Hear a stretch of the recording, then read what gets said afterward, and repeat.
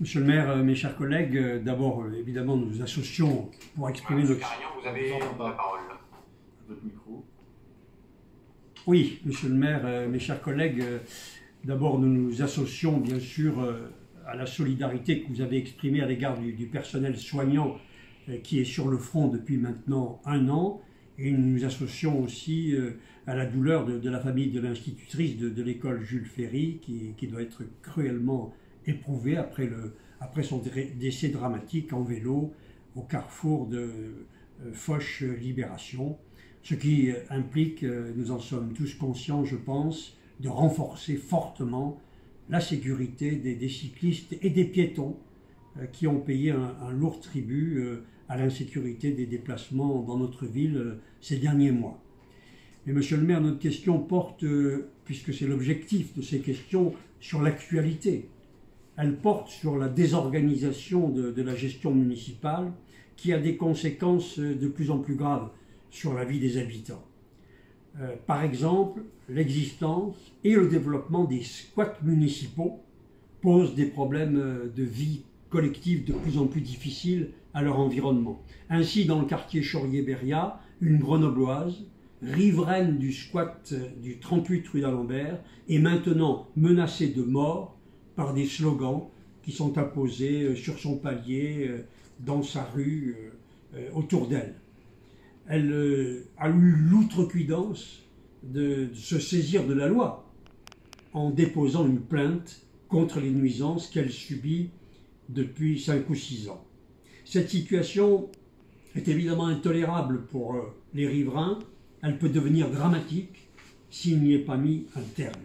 Alors que le dernier conseil municipal a beaucoup discouru sur la violence faite aux femmes, nous tenons à dénoncer l'indifférence qui entoure celle-ci et à lui exprimer notre solidarité.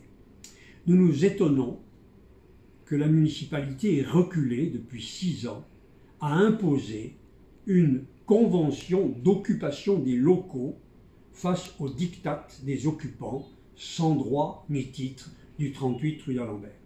De ce fait, les occupants sont non seulement exonérés de toute location ou impôt, mais également de toute obligation en matière de sécurité, en matière d'hygiène, de bruit et en matière sanitaire pendant la pandémie qui sont imposées à toute la ville.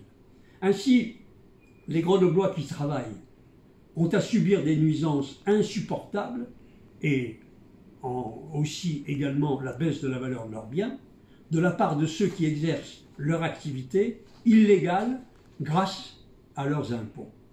Ces inégalités de traitement font naître des frustrations, des exaspérations légitimes dont la municipalité est évidemment totalement responsable en demeurant immobile.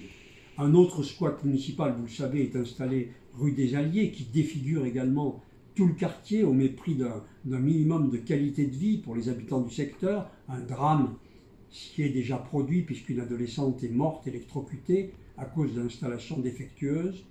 La municipalité à qui appartiennent ces locaux, à notre connaissance, n'a pris aucune mesure après cette tragédie. Et à ces squats municipaux s'ajoutent ceux qui se développent dans le secteur privé. Vous savez qu'il y a un îlot quai Claude Bernard qui pose beaucoup de problèmes aux habitants du quartier de la Gare et de ce secteur. Et puis il y a aussi un squat rue Polotti depuis plusieurs années qui lui est extrêmement polluant pour les voisins du fait d'intenses chauffages au bois. Alors la question est la suivante: quand allez-vous traiter les squats municipaux, c'est-à-dire ceux qui dépendent directement de la ville, dans les locaux dont vous êtes propriétaire, et les autres, afin de protéger les Grenoblois qui sont victimes de ces squats? Et puis, la deuxième question porte sur, puisque vous avez évoqué la biennale des villes en transition,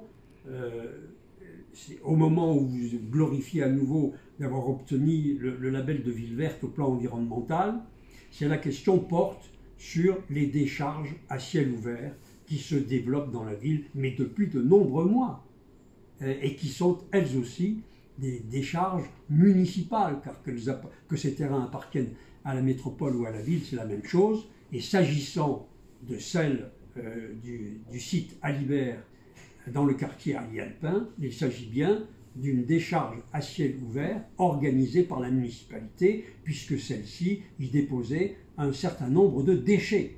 Alors les habitants de la rue Paul et Germaine Verret, on l'a vu sur cette décharge depuis des mois et des mois. Ils ont adressé jusqu'à 400 mails au total à la ville et à la métropole pour que vous vous empariez du dossier. Les employés de l'entreprise Samsé qui travaillent à côté ne peuvent plus ouvrir les fenêtres à cause des odeurs. Voilà ce qu'il en est de la vie dans la ville.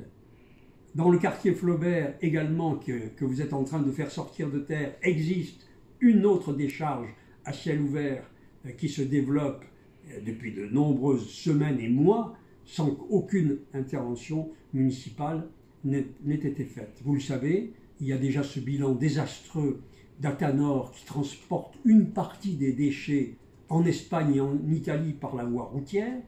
Ces nouveaux scandales sont une véritable honte pour la ville de Grenoble dans une période où vous faites la promotion, la communication autour de la Biennale des villes en transition, comme vous venez de le faire à l'ouverture. Alors, notre question c'est, quand allez-vous mettre fin à ces immondes décharges à ciel ouvert, Flaubert, Alibert?